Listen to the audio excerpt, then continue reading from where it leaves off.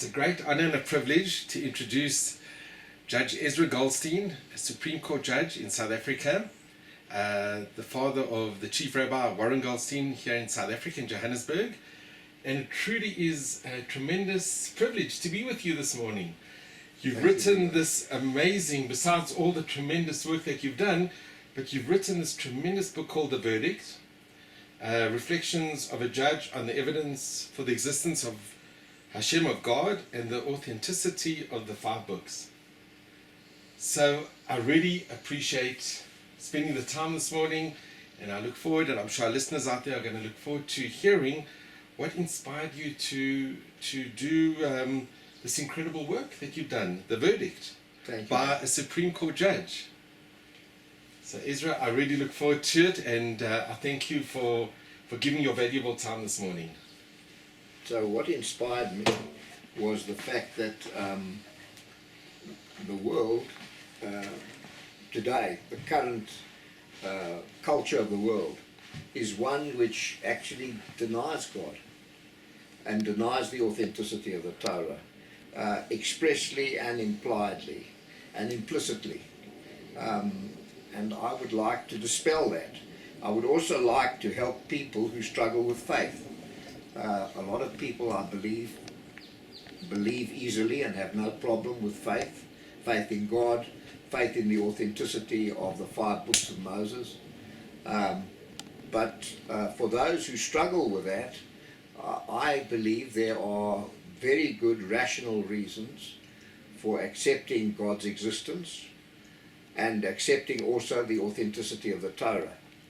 And what I've done here is there's a short introduction, then there are 15 very short insights. Mm-hmm. The reason they are short is that I think that it's possible if you are expressing fundamental, profound truths, to do so briefly. I don't think one needs to write at length in order to express what is true. Now, the first 4 of the insights are insights which go, I believe, to show that there is a spiritual dimension to life and that God exists. Now, the reason why or let me put it this way, the 15 insights are, I believe, all substantially original. I haven't repeated in the 15 insights anything which you will find in other books. There was no purpose in doing so. This is all your own insights. These are original insights. These are the results of many, many, many years of thinking about the existence of God, thinking about the authenticity of the Torah, reading every week the portion of the law that we read. It's the 5 books of Moses. The 5 books of Moses, which is the essence of our Torah, the essence of our Judaism, and the essence also, well, let me put it this way, it's one of the founding documents of Christianity. So these 15 insights talk, I believe, to Jews and Christians, and these 15 insights are the result of many years of study, of thinking about the problem. I believe they're original, so I think they make a contribution. And they are short. In fact, if you were to print out the whole book on one of the local shuls, the local synagogues, actually printed out the book recently over Rosh Hashanah, and it was 7 typed pages. That's all it is. But in there, I believe, are valuable insights into what this reality is of God's existence and the reality of the authenticity of the Torah. And the result of the fact that there's a website which is available and people can get in and read it easily on the screen.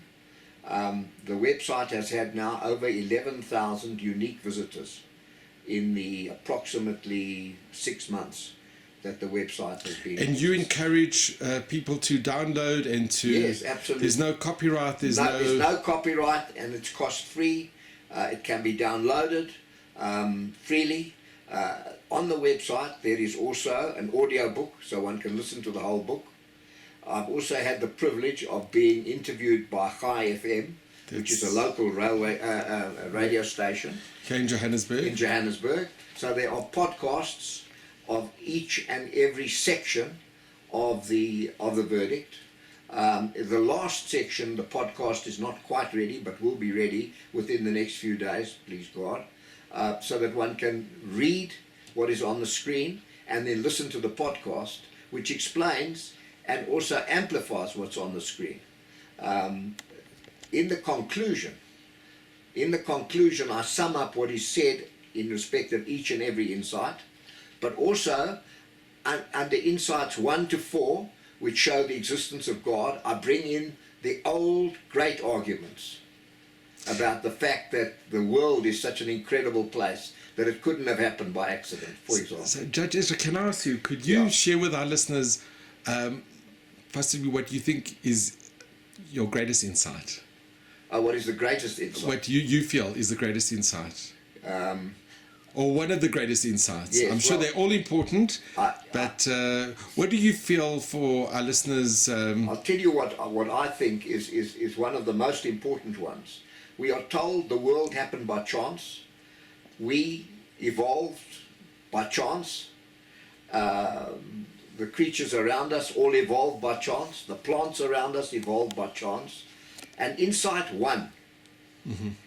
Is this your first insight? The first insight. Insight 1, I believe, identifies a fundamental flaw in that story.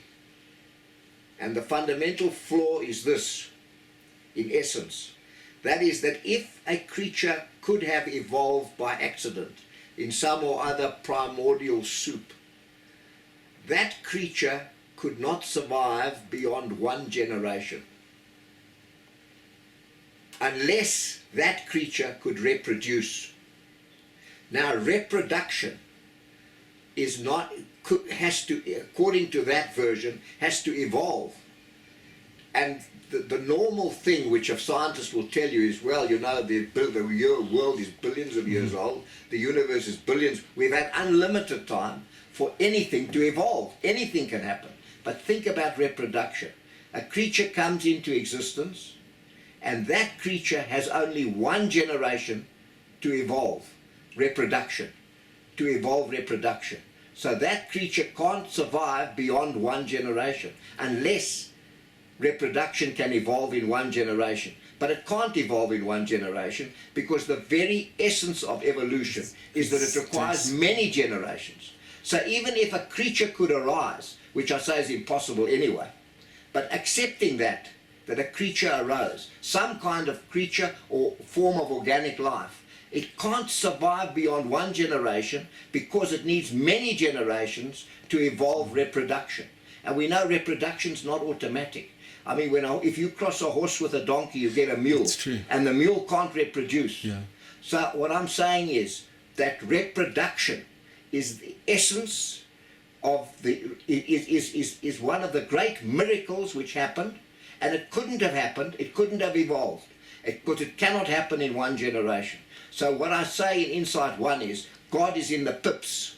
Every time you open an apple and you see the pips there, you must know God created those pips. The seeds, it's true. The seeds, and we see the seeds everywhere. You open a pepino, what we call pepino in South Africa, it's full of seeds, or a watermelon, full of seeds. Who put all those seeds there? Every one of those seeds is a miracle. Every one of those seeds has in it everything that can make that plant grow. So what I'm saying is that, I think, is one of the most important insights. And you can look on the books of reproduction or Google it. They can't explain to you how reproduction evolved.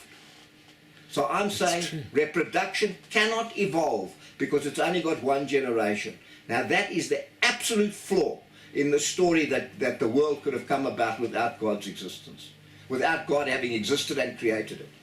Now, have you come across any scientist, any medical person who is an atheist who has tried to counteract these arguments or give their own insight into... I can tell you this, after 11,000 unique visitors to this site, many of whom I'm sure have been scientists, I've had not one word challenging, not one challenge about this, nothing.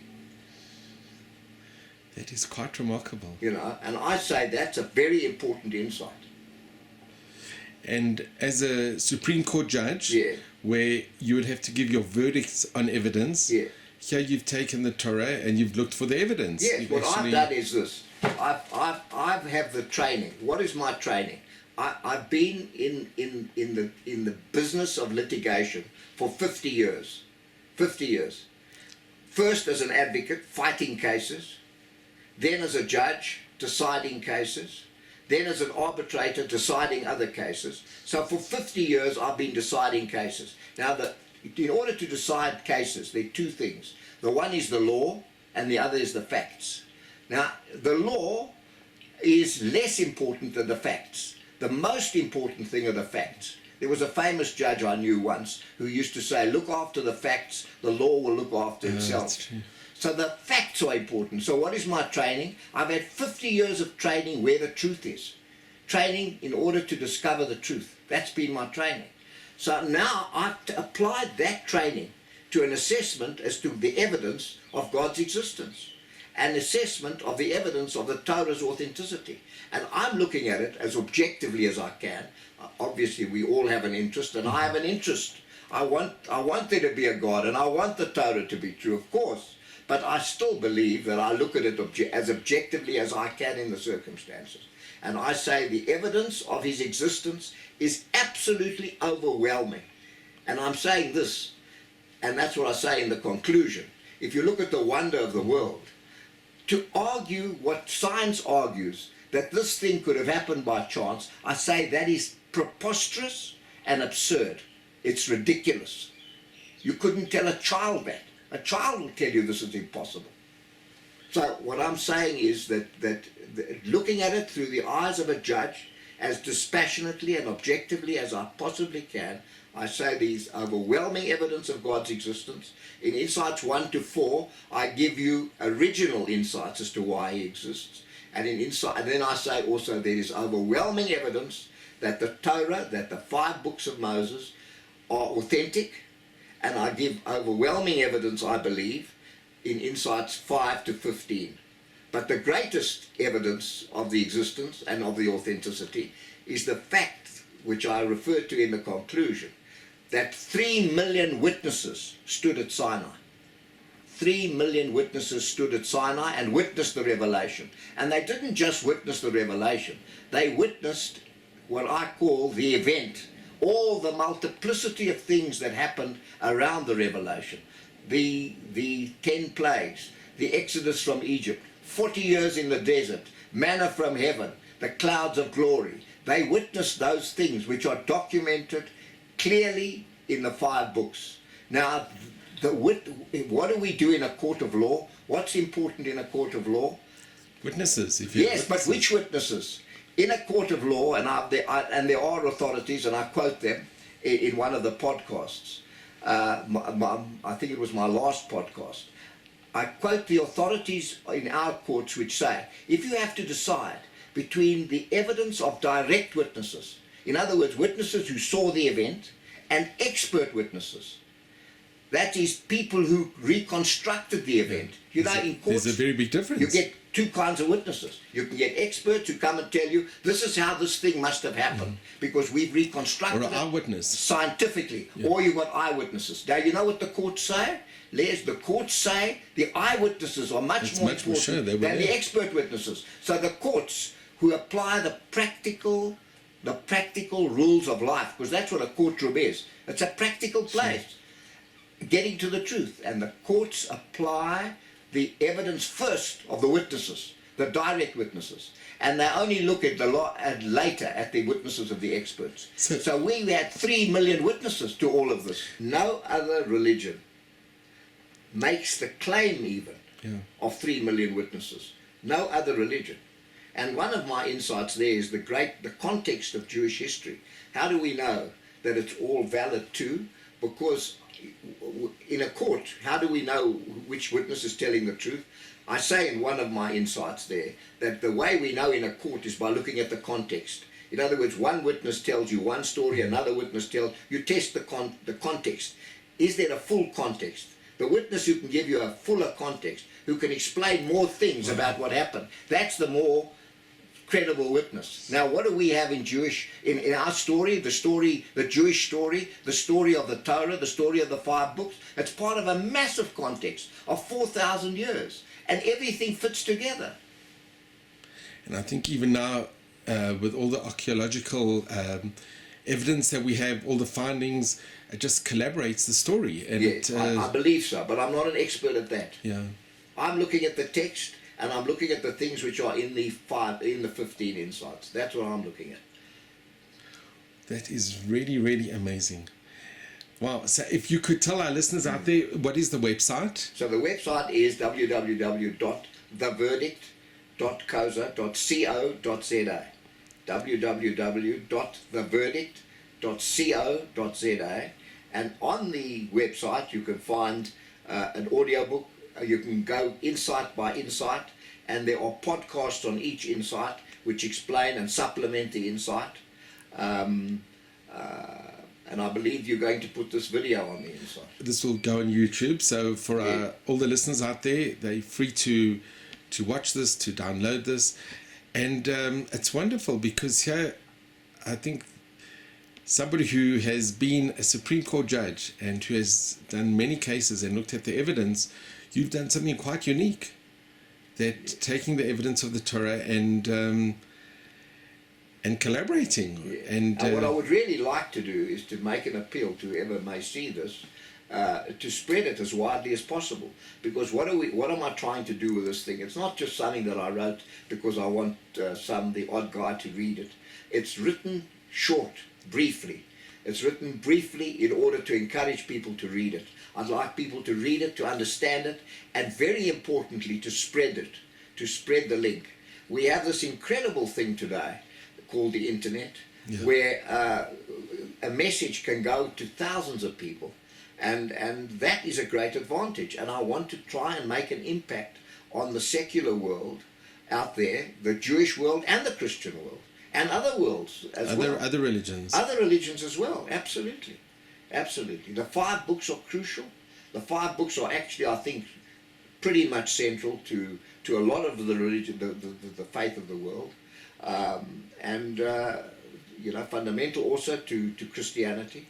And I think what you've done in this verdict is you are spreading the truth about what the Torah is. Yes, I'm trying to do that, Well, it's wonderful. Trying to do that. Well, you should just have tremendous hatzlacha, tremendous success. Thank you. And I'm very grateful to you for this opportunity. No, it's such a great, to take the time. It's such an honor and a privilege, and I really hope that the people will see the verdict. They'll go into the website, they'll see this video, they'll share it, and it will inspire them, because the word truth is emet. Can I just add one thing? Absolutely. Also, to make it easier for someone who reads it, you'll see that there are headings. Each one of the insight has a heading. The heading is quite long, but it's a line or 2 or 3, that's all. But the heading aims to give you the essence of the insight.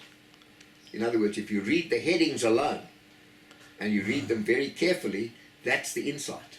So I've tried to make it as easy as possible and as accessible as possible for the reader, because I know that one of the big problems of the modern world is none of us has enough time. It's so true, but I'm sure they will relish the time that they have in reading this. Judge, can I ask you, could people leave comments or if they have questions? Yes, there's a comment. There's a provision made there for comments, and I've had a number of comments. That's wonderful. And they've been positive, the comments? The comments have all been positive, save for one. There was one negative comment, but it made no sense to me at all, the negative. But everybody has the... But I've had no one come back to me on any of these things and given me reason to reconsider.